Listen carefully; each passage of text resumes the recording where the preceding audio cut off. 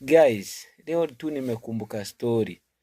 Guys, kumbe mwalimu anazafanya tu mwanafunzi akate tamaa. Mpaka tu waache hata shule kabisa. Mi nakumbuka kuna mwalimu tu tulikosania kitu na ni kitu ya ufala tu.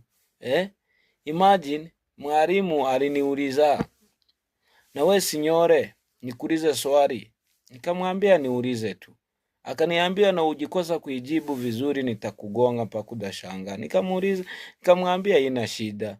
Akaniuliza, na sinyore nikuulize, kwa nini watu tunakunywanga maji? Mi nikamwambia, najua lazima tukunywa maji juu maji tuwezi kula. Unasikia mimi venye nilimjibu swali? Si nilimjibu vizuri kama venye hata wewe unazajibu. Maji tuwezi kula. Si tunakunywa maji tu. Mi sijawahi sikia mahali mtu anasema ati anaza kula maji. Nikamwambia tunakunywa maji juu tunastahili kukunywa. Juu tuwezi kula maji. Haki hiyo siku niligongwa. Niligongwa na akaniambia mimi ni mjinga.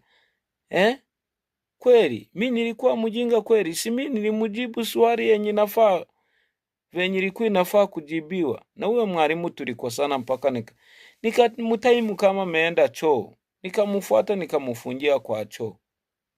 Haya, mimi sikuwa nataka ujinga mimi.